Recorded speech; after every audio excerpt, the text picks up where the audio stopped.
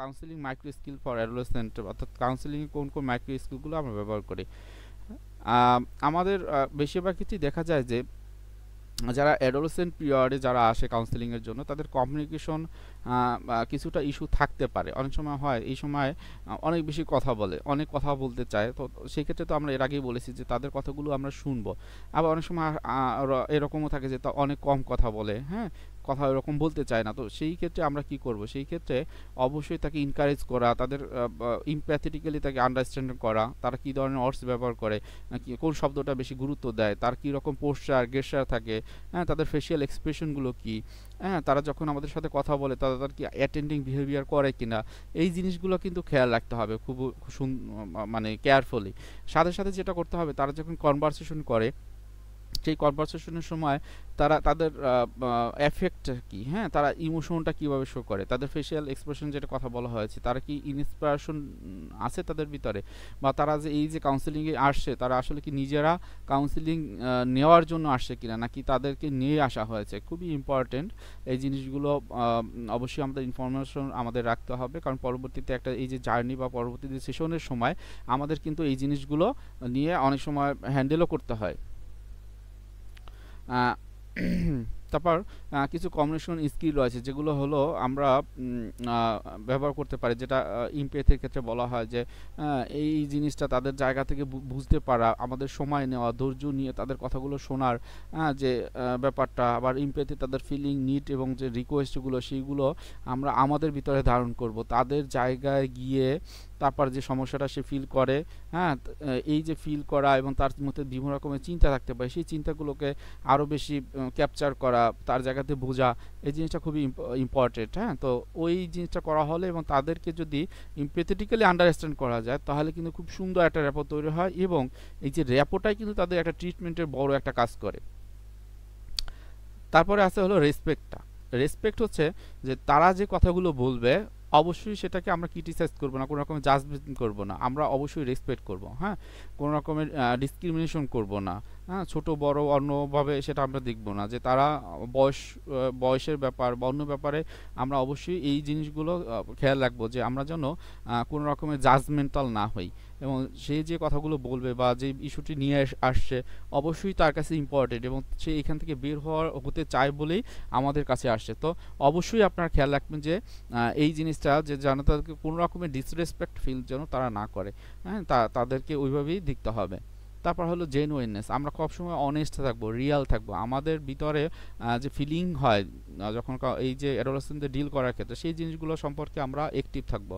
আমাদের ভিতরে যদি কোনো নেগেটিভ ফিলিং থাকে কাউন্সেলিং সেশনে, সেই জিনিসগুলো আমরা কিন্তু খেয়াল রাখবো। যদি সুপারভিশনের দরকার হয় সেই ক্ষেত্রে অবশ্যই আমরা সুপারভিশন নিব। ল্যাঙ্গুয়েজের কথা অনেক ক্ষেত্রে দেখা যায় যে অনেক ক্লায়েন্ট আসেন অ্যাডোলেসেন্ট পিরিয়ডে, তারা যখন কথা বলে অনেক টেকনিক্যাল টার্ম ব্যবহার করেন। হ্যাঁ, তাদের ভাষার ক্ষেত্রে কিছু বাংলা, কিছু ইংরেজি বা বিভিন্ন রকমের ভাষা কি ওয়ার্ড ব্যবহার করে। তো এই জিনিস সম্পর্কে কিন্তু আমাদের ধারণা থাকতে হবে। ওই ক্লায়েন্টকে হ্যান্ডেল করতে হলে তার জায়গা থেকে অবশ্যই আমাদের ওই জায়গাগুলোতে সম্পর্কে একটু ভালো ধারণা রাখতে হবে। যদি এরকম হয় যে অনেক কিছু বিষয়ে হোমওয়ার্ক করা দরকার আছে, সেটাও কিন্তু আমরা করব। আমাদের পড়াশোনা করা দরকার হলে সেটাও আমরা করব। অনেক ক্ষেত্রে যদি এমন হয় যে কমিউনিকেশনের ক্ষেত্রে খুব বেশি প্রবলেম হয় বা তার সাথে ইন্টারপ্রেট করতে প্রবলেম হয়, সেক্ষেত্রে কিন্তু আমরা কি করতে পারি, তাদের সাথে ওপেন ডিসকাশন করতে পারি। হ্যাঁ, কমিউনিকেশনের ক্ষেত্রে যেটা হয়, যেমন বাংলাদেশে হচ্ছে যে রোহিঙ্গা পিপলদের যারা কাউন্সেলিং করায়, আমি শুনেছি যে সেখানে তারা ইন্টারপ্রেটার রাখে। হ্যাঁ, যারা হচ্ছে যে তাদের ভাষাটাকে বাংলা ভাষায়, আবার আমাদের বাংলা ভাষাটাকে তাদের ভাষায় করিয়ে নেয়। সো যদি খুব বেশি প্রবলেম হয় অবশ্যই আমরা এটাও করতে পারি। আর সবসময় পোলাইটনেস আমাদের অবশ্যই শো করতে হবে। এই যে অ্যাডোলেসেন্ট পিরিয়ডটা তাদেরকে try to explore the world. So আপনি যদি কাউন্সিলিং সাইকোলজিস্ট হন বা আপনি যেই হন, আপনার প্যারেন্টসদের ক্ষেত্রে অনেক সময় কিন্তু এই জিনিসগুলো কাজে লাগে, যে তারা যদি এই স্কিলগুলো মাইক্রো স্কিলগুলো যদি তাদের সন্তানের জন্য ব্যবহার করতে পারে, তখন কিন্তু তাদের জন্য একটা র্যাপো বা সুন্দর একটা সম্পর্ক তৈরি হয় তাদের ফ্যামিলিতে। যখন আমরা কাউন্সেলিং করব অবশ্যই ফেস টু ফেস কাউন্সেলিংয়ের ক্ষেত্রে আই কন্ট্যাক্টটা ঠিক রাখবো। হ্যাঁ, চোখে চোখ রেখে কথা বলা, এটা যেমন তার ভিতরে একটা স্ট্রেংথ কাজ করবে সে যদি চোখে চোখ রেখে কথা বলতে পারে। অনেক ক্ষেত্রে কিন্তু আমরা দেখি যে তারা আই কন্ট্যাক্টটা ঠিক থাকে না, হ্যাঁ, তারা যখন কথা বলে অন্যদিক তাকিয়ে কথা বলে বা অন্য কোনো বিষয়ে যখন কথা বলে তখন হয়তো নিচের দিক চেয়ে কথা বলে। এর প্রত্যেকটা কিন্তু কিছু কিছু মিনিং আছে, আমরা কিন্তু সেই জিনিসটা মিনিংগুলো আইডেন্টিফাই করার চেষ্টা করব। সর্বোপরি আমরা চেষ্টা করব যে আই কন্ট্যাক্টটা রাখার জন্য, এবং যদি এই বিষয়ে কোনো রকমের তার ভিতরে হেসিটেশন থাকে বা কনফ্লিক্ট থাকে আমরা অবশ্যই তার কাছ থেকে জেনে নিতে পারবো প্রশ্নের মাধ্যমে। তারপর হলো লিসেনিং স্কিলের ক্ষেত্রে বলা হয়েছে যে তারা বিভিন্ন রকম কিওয়ার্ডস ব্যবহার করতে পারে। কিওয়ার্ডস হলো সে হয়তোবা বলতে পারে যে আমি খুব বেশি অ্যানশাস, স্যাড, অ্যাঙ্গার, হ্যাঁ, তো এই জিনিসগুলো যখন ব্যবহার করবে তখন কিন্তু আমরা যেমন তার অ্যাজ এ হোল একটা পিকচার আমরা কিন্তু চেষ্টা করব তাদের ভিতর থেকে নিয়ে আসা, এবং সাথে সাথে তার এই কিওয়ার্ডগুলো সম্পর্কে আমরা ধারণা রাখবো যে কিওয়ার্ড সে বলছে অবশ্যই খুবই ইম্পর্টেন্ট এই কিওয়ার্ডগুলো, কেননা সে বারবার হয়তো বা এই ওয়ার্ডগুলি ব্যবহার করে। হ্যাঁ, তা এবং যখন আমরা কোনো ওয়ার্ড চয়েস করব বা বলবো অবশ্যই অ্যাটেনশন দেব যে এই যে ওয়ার্ডগুলো বলবো এটা যেন কোনো হাস্যকর না হয়, হ্যাঁ, এটা এমন যেন না হয় যে এই যে আমাদের সেশনটাকে পজ করে রাখবে, হ্যাঁ, বা সামনে থেকে আগাতে দেবে না। তো আমরা সবসময় বলি যে নেগেটিভ যে ওয়ার্ডগুলো আমরা যতটুকু সম্ভব অ্যাভয়েড করি, হ্যাঁ, নেগেটিভ ওয়ার্ড আমরা নিয়ে আসি না। এর আগে যেগুলো বলা হয়েছে যে নন জাজমেন্ট থাকা, সেইটাই বলা হয়েছে যে কোনো রকমের জাজমেন্ট এখানে থাকবে না। যে ক্লায়েন্টই আসুক না কেন তার সমস্যাটা ইউনিক হতে পারে, অনেকের ক্ষেত্রে ভিন্ন হতে পারে, তাকে কিন্তু ওই জায়গা থেকে তাকে অ্যাকসেপ্ট করতে হবে, হ্যাঁ। তারপর তাকে ইম্পাওয়ারিংয়ে করার ক্ষেত্রে যে জিনিসটা হয়, কখনো যে একটু আগে বললাম যে নেগেটিভ ইউজ যে ওয়ার্ডগুলো সেটা আমরা ব্যবহার করব না, হ্যাঁ, বরং তাদের সাথে সাপোর্টিভ এবং ইনকারেজমেন্ট হয় এমন কোনো ওয়ার্ড বা তাদের কীভাবে এই বিলিভ বা স্ট্রেংথটা বাড়ানো যায়, হ্যাঁ, তার যে ইস্যুটা রয়েছে সেটা থেকে কীভাবে সে রিকভার করবে সেই জিনিসগুলোর প্রতি কিন্তু আমরা খেয়াল রাখবো, হ্যাঁ। খুব ভালো হয় যে তাদের ভিতরে খুব সুন্দর একটা র্যাপো তৈরি করা যায় এবং তাদের কথাগুলো শোনা যায়, তাহলে কিন্তু এই জিনিসটা খুবই ভালো কাজ করে। সবসময় আমরা নন ভায়োলেন্ট কাম ভয়েস ব্যবহার করব, হ্যাঁ, কোনো থ্রেটেনিং ওয়ার্ডস থাকলে যে কথাটা একটু আগে বলা সেই জিনিসগুলো আমরা অ্যাভয়েড করব। কনফিডেন্সিয়ালিটিটার কথা আমি আগেই প্রথমেই বলে নিয়েছি যে এই জিনিসটা কিন্তু আমরা অনেক সময় হয় সেশনের প্রথমে বললেও মাঝে মাঝে বলে নিতে হয়, কারণ এই বয়সে তারা অনেক সময় কনফিউজ থাকে, হ্যাঁ, যে আমার যে প্রবলেমটা এটা হয়তো বা আমার একারই, এই প্রবলেমটা যদি আমার সামনে যে কাউন্সিলর রয়েছে বা যে ব্যক্তি রয়েছে তাকে যদি বলে ফেলি তাহলে এটা কি আসলে কোনো ইস্যু হিসাবে হবে কিনা। তো আমার ক্ষেত্রে সেই সময়টা কিন্তু আমি কনফিডেন্সিয়ালিটির কথা আবার একবার রিপ্লে করে নিই, এবং যখন কনফিডেন্সিয়ালিটির কথা বলবো এটা আমরা রেসপেক্টলি বলবো, হ্যাঁ, সেজন্য তার কথাগুলো অবশ্যই আমাদের কাছে বলতে পারে।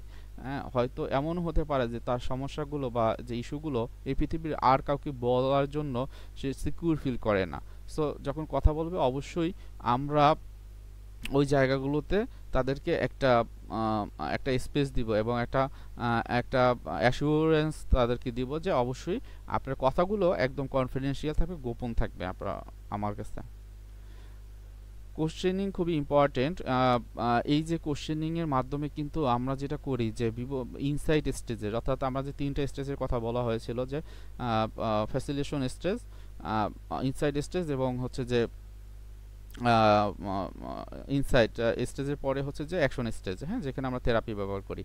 তো প্রত্যেক ক্ষেত্রেই কিন্তু কোশ্চেনিংয়ের ব্যাপারটা আসতে পারে, এটা নির্ভর করবে কাউন্সেলিং সেশনের উপর আসলে কি চাচ্ছি বা কোন দিকে নিয়ে যাবে সেটা কিন্তু কোশ্চেনের উপর নির্ভর করবে। এখন কিছু কিছু কোশ্চেনিং কিন্তু আমরা প্রথমেই করতে পারি না, যেমন হয় প্রশ্ন কিন্তু এটা আমরা করা যায় না, কারণ এটা একটা ইন্টেলেকচুয়াল কোশ্চেন, হ্যাঁ, এটা অ্যান্সারটা কিন্তু ইন্টেলেকচুয়াল হয়। আমাদের কাছে যখন ক্লায়েন্টরা আসে তাদেরকে যদি বলা হয় এটা কেন বা এটা কী জন্য হলো, তখন কিন্তু তাদের জন্য একটা সমস্যা হয়। তো এই সময়গুলোতে আমরা কেন না বলে আসলে কি এই প্রশ্নটা আমরা করতে পারি কী জন্য হলো, হ্যাঁ।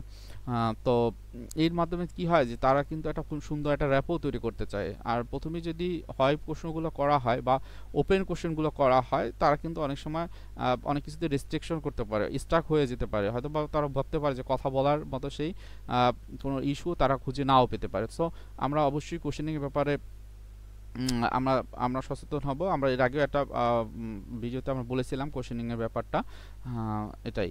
তো কোশ্চেনের টাইপ হিসেবে open question, close question. Open question হচ্ছে যে এমন কোনো প্রশ্ন করা যেখানে সে আরও বেশি এক্সপ্লোর করতে পারবে নিজেকে এবং অনেক বেশি কথা তারা বলতে পারবে, এবং ক্লোজ কোশ্চেন হচ্ছে যে সেটাই যেই কোশ্চেনটা হলো তারা অ্যান্সার ইয়েস অর নোর মাধ্যমে দিতে পারে। ওপেন কোশ্চেনের ক্ষেত্রে কি হয় যে এই ইনফরমেশনগুলো অনেক বেশি ইনফরমেশন নেওয়ার জন্য আমরা কিন্তু যারা কাউন্সিলিং প্র্যাকটিস করি তারা ওপেন কোশ্চেনগুলো করি, হ্যাঁ, এবং এর মাধ্যমে কিন্তু তার থট ফিলিং, হ্যাঁ, বা তাদের নিড, হ্যাঁ, এই জিনিসগুলো খুব সহজে এবং সুন্দরভাবে আমরা জানতে পারি। হ্যাঁ, ওপেন কোশ্চেন কিন্তু অনেক সময় চ্যালেঞ্জিংয়ের কারণেও ব্যবহার করা হয়, যেটা সিবিটির ক্ষেত্রে ব্যবহার করা হয় কগনিটিভ বিহেভিয়ার থেরাপিতে। হ্যাঁ, ওপেন কোশ্চেন করা হয় তখন তারা কিন্তু দুটো চিন্তার ভিতরে চ্যালেঞ্জ করতে পারে, হ্যাঁ, এবং তারা প্রোস অ্যান্ড কনসগুলো কিন্তু খুঁজে পেতে পারে। ক্লোজড কোশ্চেনের ক্ষেত্রে যেটা বলেছিলাম যে ইয়েস ও নো এর মাধ্যমে অ্যান্সার দিতে পারে। উদাহরণস্বরূপ যদি বলি হোয়াটস ইউর নেম, হ্যাঁ, তো আপনি কখন, what time do you wake up, হ্যাঁ, do you talk to your family about this, হ্যাঁ, এই জিনিসগুলো, হ্যাঁ, যে আমরা এক কথায় যেন উত্তর দেবে যে আপনি এখানে এসেছিলেন সিএনজিতে, হ্যাঁ, ইয়েস অর নো দিতে পারবে। বা আপনি কি কাউন্সেলিং সেশনটা কি নিজের ইচ্ছায় নিচ্ছেন, ইয়েস অর নো দিতে পারবেন। তো এই জিনিসগুলো আমরা ক্লোজ কোশ্চেন হিসেবে ধরি। কিছু ক্ষেত্রে আমাদের মাইন্ডফুল হতে হয়, যে যেমন কনফিউজ, স্ট্রেস, হ্যাঁ, অনেক সময় ডিফেন্সিভ বা এগ্রেসিভ হলে সেই জায়গাগুলোতে কিন্তু আমাদের মাইন্ডফুল হতে হবে, কারণ ওই যে এই যে ব্যাপারগুলোর সময় কিন্তু আমরা খুব সহজে অ্যাসেসমেন্ট করতে পারি তার ইস্যুগুলো, হ্যাঁ, এবং অ্যাসেসমেন্ট করলেই কিন্তু তখন আমরা প্রপার একটা গাইডলাইন বের করতে পারি যে পরবর্তীতে আসলে এই ক্ষেত্রে কী করতে হয়। অনেক সময় যে আমাদের কিন্তু প্রশ্ন করতে হয়, কিন্তু আবার কিন্তু প্রশ্নগুলো কমও করতে হয়, কারণ সবসময় বেশি প্রশ্ন করলে হয় কি তারাও কিন্তু বিরক্ত হয়। অনেক সময় যে জেনারিক কোশ্চেনগুলো থাকে, হ্যাঁ, সেইগুলো কিন্তু অবশ্যই ক্লারিফাই হব, কোনো রকমের ইনঅ্যাকুরেসি বা ইনকনসিস্টেন্ট যেন না থাকে। আমাদের যদি কোনো প্রশ্নগুলো অজানা থাকে বা জানার ইচ্ছা থাকে, সেগুলো কিন্তু আমরা তাদের কাছ থেকে পারমিশন নিয়ে বা ওইভাবে ডিল করে তারপর কিন্তু তাদের কাছ থেকে জানতে চাবো। রিফ্লেক্টিংয়ের ক্ষেত্রে যেটা বলা হয়েছে যে এটা এমন একটা স্কিল যার মাধ্যমে কাউন্সিলর হচ্ছে যে যারা ক্লায়েন্টরা যারা আসেন তাদেরকে ইনকারেজ করে যে হ্যাঁ আমি অ্যাক্টিভলি আপনাকে শুনছি, আপনি আরও বলুন, আমি শোনার জন্য প্রস্তুত। হ্যাঁ, তো এই সময় কিন্তু মিনিমাল একটা রেসপন্স আমরা করব, হ্যাঁ, যেটা হলো তাদেরকে যেন ইনকারেজ করে। হ্যাঁ, এছাড়াও মেইন জিনিস যে জিনিসটা যে এই রিফ্লেক্টিংয়ের মাধ্যমে, অর্থাৎ রিফ্লেক্টিংয়ের আবার ভিতরে অনেক রকম আছে, যেমন reflecting your feeling, reflecting your thinking. তো এর মাধ্যমে কিন্তু তার ফিলিংগুলো আমরা যখন রিফ্লেক্ট করি, মানে তাদেরকে আবার বলি, হ্যাঁ, তখন কিন্তু তারা কিন্তু আবার একটা কম্পেয়ার করতে পারে তার অনুভূতি, বা আমরা যখন বললাম তখন আরেকটা অনুভূতি, বা আমরা যখন চিন্তার কথা বললাম তখন সে কিন্তু আবার চিন্তাটার সাথে একটা কম্পেয়ার করতে পারে, এবং এইখান থেকে কিন্তু একটা আউটপুট সে পেতে পারে। কিছু কিছু ইনকারেজিং ওয়ার্ড এরকমও থাকতে পারে, ও আচ্ছা, হ্যাঁ হ্যাঁ বুঝতে পেরেছি, হ্যাঁ, এই জিনিসটা যদি আমরা বলি বা আমরা এই যে পোস্টার হেড নোটিং করি, হ্যাঁ, এটাও কিন্তু অনেক কিছু অনেক সময় অনেক কিছু বলে, হ্যাঁ, দ্যাটস গুড, নাইস ওয়ার্ক, হ্যাঁ, হাও দারুণ। তো এই কথাগুলো কিন্তু তাদের কিন্তু একটা ইনকারেজ করার একটা মুহূর্ত অনেক ক্ষেত্রে হয়। এমনভাবে আমরা কথা বলবো যেন এই যে অ্যাডোলেসেন্ট যারা থাকে তারা যেন ওপেনলি কথা বলতে পারে, কোনো রকমের ইন্টারাপশন যেন না হয়। হ্যাঁ, এই জায়গাটা আমাদের খেয়াল রাখতে হবে, কারণ অনেক সময় তাদের যে টলারেন্স যে জায়গাটা কিন্তু অনেক ক্ষেত্রে কম থাকতে পারে, হয়তো বা সে অল্পতেই ধৈর্যহারা হয়ে পড়ে। সো তাকে খুব বেশি ইম্পর্টেন্ট দেওয়া এবং সে যে কথাগুলোই বলবে আমাদের মন দিয়ে শোনা খুবই ইম্পর্টেন্ট। তো সেই অ্যাক্টিভ লিসনিংয়ের ক্ষেত্রে প্যারাফ্রেজিংয়ের কথা বলা হয়েছে। আমরা জানি যে প্যারাফ্রেজিং হলো যে এমন একটা এমন কিছু সেন্টেন্স, হ্যাঁ, যেটা হলো যে ওই যে ক্লায়েন্ট যখন আমাদেরকে বলে সেটা হলো রিফ্লেক্ট ব্যাক করা, হ্যাঁ, তাকে ব্যাক করা ওই জিনিসটাই আমার নিজের মতো করে কয়েকটা সেন্টেন্সের বেসিসে বা একটা সেন্টেন্সের যে ওয়ার্ডগুলো সেগুলো বেস করে তাকে আবার ফিডব্যাক হিসেবে বা আমি কি বুঝতে পেরেছি কিনা এইভাবে তাকে কিন্তু প্যারাফ্রেজ করা। এবং রিফ্লেকশনের ক্ষেত্রে যেটা অনেক ক্ষেত্রে কিন্তু বলা হয় এটা একটা রিস্টেটমেন্ট, হ্যাঁ, যেখানে আমরা দুটো করতে পারি। একটু আগে বললাম যে আমার ফিলিংগুলো আমি তাকে শেয়ার করতে পারি এবং সাথে সাথে তার থিঙ্কিংগুলো, যেমন you say you are feeling a confused about what to do, did I hear you correctly, আমি কি আপনাকে ঠিক মতো শুনেছি। দেখেন এখানে কিন্তু একটা প্রশ্ন করার মাধ্যমে কিন্তু আমরা রিফ্লেকশন করলাম। আবার প্যারাফ্রেজিং ক্ষেত্রে কি হয়, I heard you say you are feeling very happy about your performance at school. হ্যাঁ, এখানে কি হলো, এখানে কিন্তু কোনো প্রশ্ন করা হলো না। হ্যাঁ, আবার যেমন it sounds like you have many responsibilities this week at home and they are making you feel burdened or overwhelmed. এখন এটা জিনিস বললাম, আমি একটা সেন্টেন্সের মতো করে বললাম, হ্যাঁ, এখানে কিন্তু প্রশ্ন করা হলো না। তো এইটা হলো যেমন প্যারাফ্রেজিং রিফ্লেকশনের ক্ষেত্রে কিন্তু আমরা একটা প্রশ্ন করতে পারি, এবং যখন প্রশ্নটা যখন ফিলিং ওরিয়েন্টেড হবে কিন্তু সেটা হবে রিফ্লেকশন অফ ফিলিং। যখন চিন্তা বা থিঙ্কিং রিলেটেড তখন কিন্তু রিফ্লেকশন অফ থিঙ্কিং হবে। সামারাইজেশন খুবই ইম্পর্টেন্ট, আমি খুব বড় একটা এখানে ব্যাপার নিয়ে আসি। তো মেইন কথা হলো সামারাইজেশনটা আমরা ব্যবহার করব সেই যে কথাগুলো বলবে, হয়তো একটা সেশনে যতগুলো কথা বলবে সেই জায়গাগুলোতে কিন্তু আমরা অবশ্যই হলো সামারাইজেশনটা করতে পারি। আবার অনেক সময় হয় যে এই যে সামারাইজেশনটা অনেক হেল্পফুল হয়। কখন ব্যবহার করব? অনেক সময় হয় যে এটা হলো কোনো সেশনের প্রথমে শুরু করতে পারি, অথবা সেশনের মাঝখানে, অথবা সেশনের শেষে। আবার অনেক সময় যদি প্রসঙ্গ থাকে, যেমন হচ্ছে যে সে একটা টপিকস নিয়ে কথা বলছে, সেই টপিকসটা হয়তোবা শেষ হচ্ছে, এরপরে আরেকটা টপিক চলে আসবে, তো ওই টপিক চলে আসার আগেই কিন্তু আমরা একটা সামারাইজেশন করতে পারি, এটা তাদের জন্য খুবই ইফেক্টিভ হয়। কাউন্সিলরকে অবশ্যই মনে রাখতে হবে যে এই যে ক্লায়েন্ট যে অ্যাডোসেন্ট পিরিয়ডে আসছে তাকে অবশ্যই আমাদের হেল্প করার উদ্দেশ্যটা থাকতে হবে, হ্যাঁ। আমরা যেভাবে কথা বলবো বা যেভাবে তাদের সাথে মিট করব, এটা কিন্তু অনেক ক্ষেত্রে তাদের ইনফ্লুয়েন্স করে। সো আমরা এমন কোনো নন ভার্বাল কমিউনিকেশন করব না, বা এমন কোনো ভার্বাল কমিউনিকেশনের ক্ষেত্রে এমন কোনো ল্যাঙ্গুয়েজ ব্যবহার করব না যেটা তাদের একটা ব্লকেজ তৈরি করে, হ্যাঁ। বরং তাদেরকে যদি আমরা অ্যাক্টিভলি লিসেন করতে পারি, আমাদের অ্যাটেন্ডিং যে পোস্টার গেস্টার বা বিহেভিয়ার যেটা থাকবে সেটা কিন্তু তাদেরকে ইনকারেজ করতে পারে। এবং যখন কোশ্চেনিং করব অবশ্যই হচ্ছে যে কোশ্চেনিংগুলো আমাদের খেয়াল রাখতে হবে। অনেক সময় ক্লায়েন্ট কিন্তু ওপেন কোশ্চেনিংটা একটু বিরক্ত সহকারে নিতে পারে, তো সেই জায়গাগুলোতে কিন্তু আমরা তাদেরকে আস্ক করতে পারি যে আসলে আপনি কি বিরক্ত হচ্ছেন কিনা, বা যদি অন্য কিছু হয় সেক্ষেত্রে আমরা ক্লোজ কোশ্চেনগুলো ব্যবহার করব। ফোকাসিংয়ের ক্ষেত্রে অবশ্যই আমরা খেয়াল রাখবো তারা যে ইস্যুটি নিয়ে আসবে সেই ইস্যুটিকে বেস করেই যেন আমরা কথা বলতে পারি। আমরা বারবার যেন টপিকটা বা যে ট্র্যাকটা থাকে সেই ট্র্যাক যেন আমরা চেঞ্জ না করি।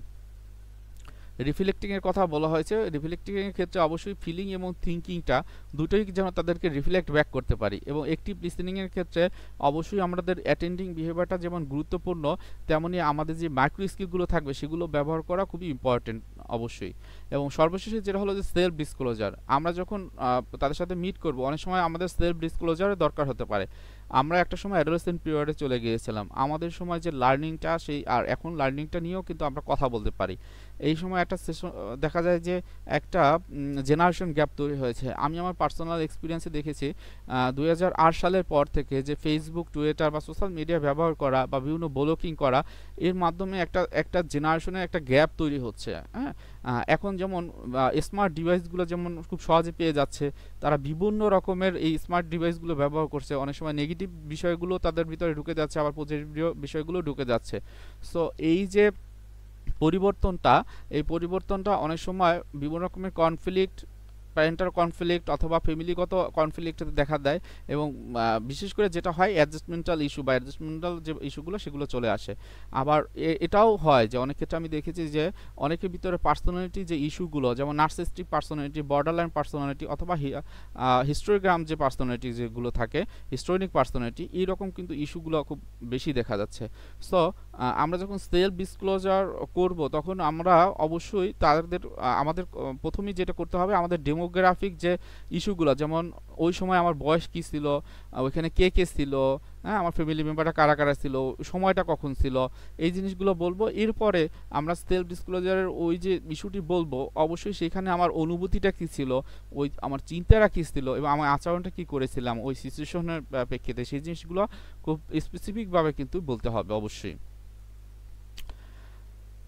কিছু ইথিক্যাল ব্যাপার থাকে অ্যাডোলেসেন্টকে ডিল করার থেকে, সেই জিনিসগুলো যদি আমরা বলি যে জিনিসগুলো আমরা করব, হ্যাঁ। প্রথমে বলা হয়েছে যে অনেস্টি, আমরা অবশ্যই অনেস্টি শো করব, আমাদের কালচার, এজ এবং জেন্ডারটিকে অবশ্যই খেয়াল রাখবো।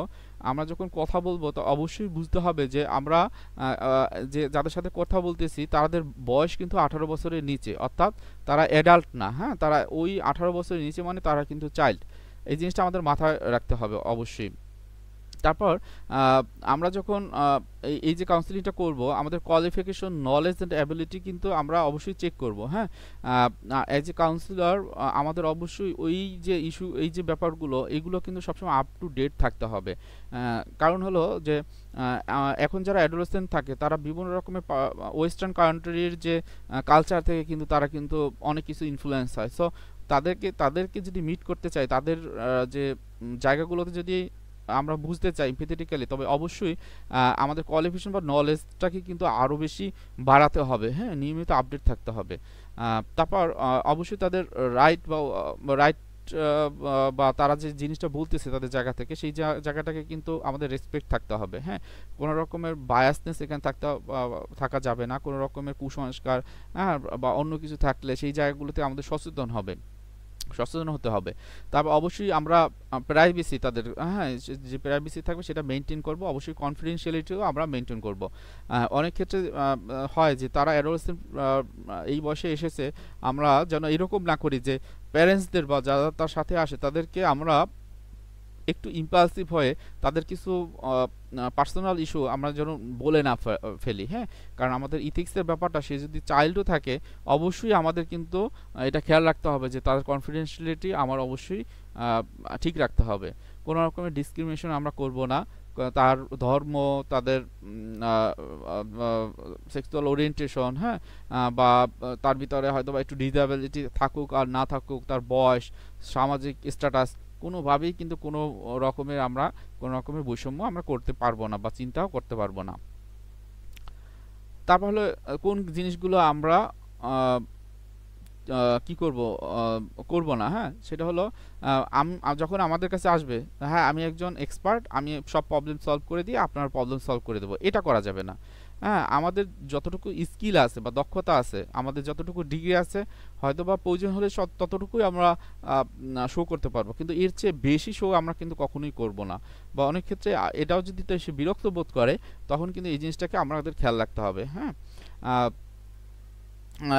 কোনো সময় এরকম যেন না হয়। হ্যাঁ, যে আমাদের ভিতর থেকে সে ট্রাস্টটা সে আর ফিল করতে পারছে না।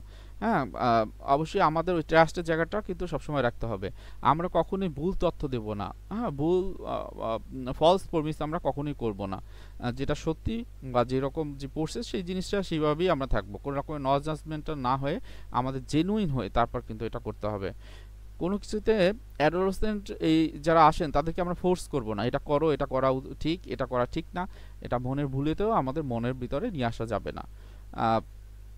অনেক সময় হয় কি যে তাদের কথা বা আমার কথা, হ্যাঁ, আমি শোনার জন্য ব্যস্ত হয়ে যাই যে হ্যাঁ শোনো, আমার একটা হিস্টোরি আছে এই ব্যাপারে, এই জিনিসটা করা যাবে না। হ্যাঁ, প্রেশার দেওয়া যাবে না। বরং তারা যদি ইনকারেজ হয় অথবা তারা যদি ওই লেভেলে বুঝতে চায়, তখন কিন্তু আমরা এই জিনিসগুলো করতে পারি। তারপর তাদের কোনো কাজের জন্য বা তাদের অনুভূতির জন্য আমরা কখনো জাজ করব না। তাদের যে পার্সোনাল যে ইস্যুগুলো থাকবে বা পার্সোনাল ইনফরমেশন কখনোই, হ্যাঁ, তাদের কাছ থেকে তথ্য না নিয়ে অথবা তাদের কাছ থেকে হলো পারমিশন না নিয়ে আমরা কখনোই তাদের ফ্যামিলি মেম্বার বা অন্য কারোর কাছে আমরা এটা প্রকাশ করব না। তাহলে রেফারেলের ব্যাপারটা কিন্তু খুবই গুরুত্বপূর্ণ। অনেক সময় হয় কি যে যারা কাউন্সেলিং সাইকোলজিস্ট হিসেবে প্র্যাকটিস করেন আমার মতো, তারা কি হয় যে যখন বাচ্চাদের নিয়ে কাজ করেন তখন অনেক ক্ষেত্রে হয় তাদের কিছু প্রবলেম হতে পারে। সো আমি বলবো যে এই জায়গাটাতে আপনারা কখনোই, বা আমি পার্সোনালি যে জিনিসটি করি, যদি আমার নলেজের ভিতরে না থাকে বা এক্সপিরিয়েন্সের ভিতরে না থাকে, সে কিন্তু আমি রেফার করে দিই সাইকিয়াট্রিস্ট, অথবা যদি দরকার হয় তার কোনো এডুকেশনাল সাইকোলজিস্টের কাছে রেফার করতে হবে, আমি এটা নির্দ্বিধায় করে দিই। হ্যাঁ, তো অবশ্যই রেফারটা খুব ইম্পর্টেন্ট। যদি আপনি মনে করেন যে এই কেসটি আপনার কাছে হ্যান্ডেল করা কিছুটা ঝামেলাপূর্ণ অথবা আপনার এক্সপার্টিসের ভিতরে না, বা এমনও যদি হয় যে এই কেসটি হয়তো বা এডুকেশনাল সাইকোলজিস্ট বা অন্য যারা আছেন, হ্যাঁ, ক্লিনিক্যাল সাইকোলজিস্ট যারা থাকেন, তাদের ক্ষেত্রে খুবই গুরুত্বপূর্ণ একটা কেস হতে পারে, তারা খুব ভালোভাবে সার্ভ করতে পারবে, তবে অবশ্যই আমরা কিন্তু এটা করতে পারবো, করা উচিত অনেক ক্ষেত্রে। হ্যাঁ, তারপর আবার হয় কি যে অনেক সময় এই যে রেফার যখন করব অবশ্যই কনসেন্ট ফর্ম নিয়ে নেব। হ্যাঁ, রেফার করার আগে টার্মিনেশন যদি হোক আর না হোক বা যতটুকু হবে সেই জায়গাগুলো কিন্তু ক্লিয়ার করতে হবে ক্লায়েন্টের কাছে। বা এই ক্ষেত্রে কিন্তু অনেক সময় হয় যে যারা ফ্যামিলি মেম্বাররা থাকেন তাদের কাছেও কিন্তু এই ব্যাপারগুলো ক্লিয়ার একটা ধারণা দিতে হয় বা তাদের সাথে কথা বলতে হয়। হ্যাঁ, যখন কথা বলা হয় তারাও কিন্তু একটা সিদ্ধান্ত দিতে পারে তারা একত্রে বসে। সো আমরা রেফার করার সময় এই জিনিসগুলো মাথায় রাখবো এবং আমি কি জন্য বা কি কারণে হচ্ছে যে আমি রেফার করছি সেই জিনিসটা যদি তাদের বলতে পারি বা আমার কাছে যে ডকুমেন্ট থাকবে সেই ডকুমেন্টগুলো পরবর্তীতে যে এক্সপার্ট থাকবেন তাকে যদি আমরা প্রোভাইড করি তাহলে কিন্তু তাদের ক্ষেত্রে অনেক ভালো হয় এই জিনিসগুলো। কেননা তারা এই জিনিসগুলো বুঝতে পারে খুব ভালোভাবে। হ্যাঁ, কেসটা এতদিন চলছে, তা কতগুলো সেশন হলো, কী ধরনের অ্যাপ্রোচ ব্যবহার করা হলো। সো এই যে এটা যদি কনফিডেন্সিয়ালিটি থাকা যায় সেক্ষেত্রে এটা আবার করা যায়। তবে অবশ্যই আমরা এটা করব না যে যখন আমরা অন্য কাউন্সিলরের কাছে আমরা বা অন্য এক্সপার্টের কাছে আমরা রেফার করলাম তখন কিন্তু তার আবার করে আমরা তার ইনফরমেশন নেওয়া বা অন্য কিছু এটা করা যাবে না। হ্যাঁ, কিছু কিছু প্রিন্সিপাল খুবই গুরুত্বপূর্ণ। কিভাবে করবে সেই কথাটা তো আমি একটু আগেই বললাম, যে ইনফর্ম কনসেন্টের কথা বা যখন এই যে ক্লায়েন্ট যে আমাদের কাছে আসবে তখন তার বয়স 18-র নিচে হতে পারে। হ্যাঁ, তো সেক্ষেত্রে কিন্তু আমরা অনেক ক্ষেত্রে তাদের ফ্যামিলি মেম্বারদের কিন্তু এখানে অ্যাটাচ করতে পারি। তা ইনফর্ম কনসেন্টের কথা একটু আগে বলেছিলাম যে আমরা ইনফর্ম কনসেন্টটা নিয়ে নেব, যে আমার লিমিট বা আমি আসলে তাদেরকে কী জন্য পাঠাচ্ছি সেই জিনিসগুলো আমরা শেয়ার করতে পারি। প্রত্যেকটা স্টেপ কিন্তু আমরা শেয়ার করতে পারি। হ্যাঁ, পরবর্তীতে যে আসবে এটা কিন্তু তার একটা সাপোর্টিভ হিসেবে কাজ করবে। যখন আমরা রেফার করব সেটা হলো কনফিডেন্সিয়ালিটিতে আমরা খেয়াল রাখবো। এতদিন যে সে সেশন নিয়েছে এখানে গোপনীয়তার বিষয়গুলো তার যে ডাটাগুলো সেটাও আমরা কনফিডেন্সিয়াল রাখবো। আমরা এটা অবশ্যই তার কোনো রকমের কনসেন্ট ছাড়া অন্য কারোর কাছে আমরা ডিসক্লোজ করব না। আবার অনেক সময় হয় যে এই যে হলো হচ্ছে কাউন্সিলিং নিচ্ছে সে হয়তো বা নিজেই রেফার চাচ্ছিল, হ্যাঁ, চাচ্ছে যে অন্য কারো কাছে গেলে সে কি ভালো কোনো রেজাল্ট পাবে কিনা। সেক্ষেত্রে অবশ্যই এটাকে রেসপেক্ট করব এবং তার কাছ থেকে জেনে নেব যে আসলে সে কি আশা করে, কি কারণে যেতে চাচ্ছে। যদি সেটাও যদি ডিল করার মতো থাকে অবশ্যই সেটা আমরা যে কথা বলবো। তবে অবশ্যই তার যে ওপিনিয়নের বাইরে যে আমরা কখনোই কোনো কিছু করতে পারবো না। সে চাইল্ড হলো, তার চাইল্ডের ইন্টারেস্টটা কী, হ্যাঁ, যে কী জন্য পার্টিসিপেশন করতে চাচ্ছে সেই জিনিসটা আমরা সবসময় খেয়াল রাখবো। হ্যাঁ, আমাদের ইথিক্যাল বা সেফগার্ড, হ্যাঁ, সেই জিনিসটা সবসময় আমরা সামনে রাখবো এবং যখন কথা বলবো তখন সেটার আলোকেই আমরা তাদের সাথে মিট করব। তো এটাই ছিল মোটামুটি আমরা অ্যাডোলসেন্টদের যদি আমরা কাউন্সেলিং করাতে চাই তাহলে একটা প্রসেসটা আমি বললাম এবং যে মাইক্রো স্কিলগুলো দরকারি সেই মাইক্রো স্কিলগুলোর কথা বলা হয়েছে। খুবই ইম্পর্টেন্ট, আপনি যদি কাউন্সেলিং সাইকোলজিস্ট হতে চান বা কাউন্সেলিং সাইকোলজিস্ট হচ্ছে হিসাবে স্টুডেন্ট হিসেবে থাকেন তাহলে এই জিনিসগুলো আপনাদের মাথায় রাখতে হবে। কেননা যখন আপনি কাউন্সেলিং করাবেন এই যে থিওরিটিক্যাল অ্যাসপেক্টগুলো যদি আপনার ভিতরে থাকে তাহলে দেখবেন যে ওই সময়টায় আপনি খুব সুন্দরভাবে কাউন্সেলিংটা ডিল করতে পারছেন। হ্যাঁ, তবে এটা হয় কি এটা কম্বাইন বা একটা ব্লেন্ড করতে পারলে না খুব ভালো হয়। যেমন এই কথাগুলো আপনার মাথায় আছে, আপনি প্র্যাকটিস করছেন, আবার যদি একটু পড়াশোনা করেন তখন কিন্তু এই নিজের ভিতরে একটা স্ট্রেংথ কাজ করে। হ্যাঁ, একটা স্ট্রংনেস একটা ফিল করা হয়, স্কিলড এইগুলো কিন্তু হয় নিজের ভিতরে। সো আপনারা হচ্ছে যেমন পড়াশোনা করতে হবে মাইক্রো স্কিলগুলো এবং মাইক্রো স্কিলগুলো সম্পর্কে, এবং যখন ক্লায়েন্ট দেখবেন ক্লায়েন্টের পার্সপেক্টিভে আপনার প্র্যাকটিক্যাল যে এক্সপিরিয়েন্স হয় সেই আলোকে আপনাকে বই খুঁজতে হবে যে বই কোন বইতে কী আসছে। তো এই জিনিসগুলো যদি আপনি করেন আপনি খুব ভালো মাইক্রো স্কিলগুলো সম্পর্কে আপনার ধারণা পাবেন এবং মাইক্রো স্কিলগুলো সম্পর্কে ধারণা পাওয়া মানেই হচ্ছে পরবর্তীতে আপনার কী ধরনের ট্রিটমেন্ট দেবেন বা কোন জিনিসটা হয়তো বা অনেক ক্ষেত্রে আমি দেখেছি একটা বা দুটো ট্রিটমেন্ট বা কিছু স্ট্র্যাটেজি ব্যবহার করলেই তারা হচ্ছে যে একদম খুব ভালো ফিল করে। যেমন 2 চেয়ার টেকনিক বা এমটি চেয়ার, হ্যাঁ, অনেক ক্ষেত্রে ফরগিভনেস লেটার আমরা যেটা বলি, হ্যাঁ, তারপর ডায়েরি রাইটিং বা জার্নালিং যেটাকে বলা হয়। হ্যাঁ, অনেক সময় হয় কি যে তারা তাদের অ্যাফার্মেশন দেওয়া নিজেদেরকে, আবার অনেক সময় কি হয় যে তাদের হয়তো পারফরমেন্স অ্যাংজাইটি হয়। হ্যাঁ, তখন কি হয় যে আপনি আসলে বাসাতে প্র্যাকটিস করবেন যে এই যে আয়নার সামনেতে, হ্যাঁ, বা আপনার কি ধরনের ফিলিং হয় এবং কি থিঙ্কিং হয় ওই সময়টায়। হ্যাঁ, তার খুব বেশি তুলনা যদি আপনি করেন যে আপনার এই সিচুয়েশনে এই ধরনের ফিলিং হয়েছে, এই ধরনের থিঙ্কিং হয়েছে, ঠিক একই সিচুয়েশনে সেটা হতে পারে আরও 2 বছর আগে আপনি কী ধরনের ফিলিং এবং থিঙ্কিং ছিল। হ্যাঁ, তো এই জিনিসটা কিন্তু টি এর একটা কনসেপ্ট যেটা হলো যে তাদেরকে কিন্তু আরও বেশি স্ট্রং করে। সো আমরা যদি এই জিনিসগুলো মাথায় রাখি এবং মাইক্রো স্কিলগুলো ব্যবহার করি, পরবর্তীতে আমরা যে থেরাপিউটিক অ্যাপ্রোচটি ব্যবহার করি না, সেটা হতে পারে ট্রানজ্যাকশন অ্যানালাইসিস বা টিএ, ইএমডিআর বা এনএলপি, অথবা সিবিটি, অথবা আরইবিটি, ডিবিটি, যাই হোক না কেন, আমরা খুব সুন্দরভাবে কিন্তু এগুলো হ্যান্ডেল করতে পারবো। তো আপনাদের জন্য শুভকামনা, যারা ভিডিওগুলো দেখছেন কষ্ট করে। আমি হয়তো সময়ের অভাবে বা একটা এই যে স্লাইডে যা কিছু আছে, যদি কথা বলা হয় পুরো দিনে কিন্তু কথা বলার মতো, হ্যাঁ, কারণ এগুলো হলো মাইক্রো স্কিল। একটা মাইক্রো স্কিল শিখতে গেলে অনেক সময় দেখা যায় যে প্রায় একদিনও লেগে যেতে পারে, হ্যাঁ, কারণ আমরা যখন একদিনে যদি 3টা বা 4টা সেশন দেখি, যদি একটা স্কিল নিয়ে আমি নজরে রেখে সেই অনুযায়ী আমি চলতে চাই, তাহলে কিন্তু এটা অনেক সময় লেগে যেতে পারে। তো এইরকম মাইক্রো স্কিল তো অনেকগুলোই রয়েছে। তো আমি মোটামুটি যেই জিনিসগুলো, যেই মাইক্রো স্কিলগুলো খুবই ইম্পর্টেন্ট এবং অ্যাডোলেসেন্টদের নিয়ে কাজ করার ক্ষেত্রে খুবই কাজ করে, সেই জিনিসগুলো আমি বললাম। সবাইকে ধন্যবাদ জানাই এবং আশা করি সবাই লার্নিংয়ের ভিতরেই থাকবেন, কারণ লার্নিংয়ের ভিতরে থাকলেই দেখা যায় যে নিজেকে যেমন স্কিল করা যায়, আমার এক্সপিরিয়েন্সকে আরও বেশি ইনহ্যান্স করা যায় এবং পরবর্তী স্টেপগুলো, আমার যে ফিউচার প্ল্যান, সেই জিনিসগুলো বা ফিউচার প্ল্যান সম্পর্কে আমি স্বচ্ছ ধারণা পাই এবং ফিউচার প্ল্যানে যেই গোলটা আমি নির্ধারণ করেছিলাম, যেই গোলটা হচ্ছে আমি পেতে চাই, সেটা খুব সহজ হয় আমি দেখেছি। সো সবার জন্য শুভকামনা থাকবে। আজকে ভিডিওটি এই পর্যন্তই। সবাই ভালো থাকবেন। আসসালামু আলাইকুম।